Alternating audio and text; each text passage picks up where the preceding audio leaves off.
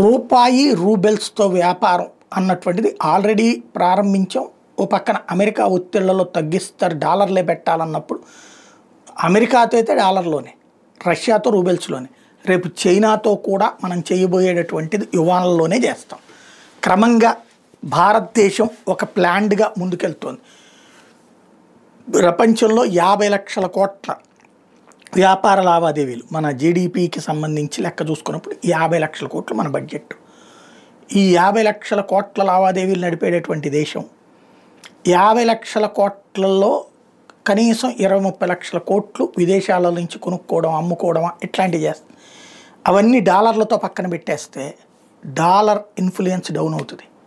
డాలర్ని దెబ్బ కొట్టేటటువంటి అడుగు అనే కంటే కూడా మన రూపాయికి వాల్యూ మనం పెంచుకునేటటువంటి అడుగు. అందులో భాగంగా ఏదైతే రూబెల్ ట్రేడ్కి సంబంధించి ఆర్బీఐ క్లియరెన్స్ ఇచ్చేసింది, ఫాస్ట్ ట్రాన్సాక్షన్స్ కోసం అని చెప్పేసి ప్రాసెస్ సింపుల్ చేసింది. రిజర్వ్ బ్యాంక్ ఆఫ్ ఇండియా తాజాగా ఆ రూల్స్ని రిలాక్స్ చేసింది ఫారెన్ ఫండ్స్ విషయానికి సంబంధించినటువంటిది. అదే సందర్భంలో రాబోయేటటువంటి రోజుల్లో ఈ మార్పు అనేది చాలా కీలకం కాబోతోంది.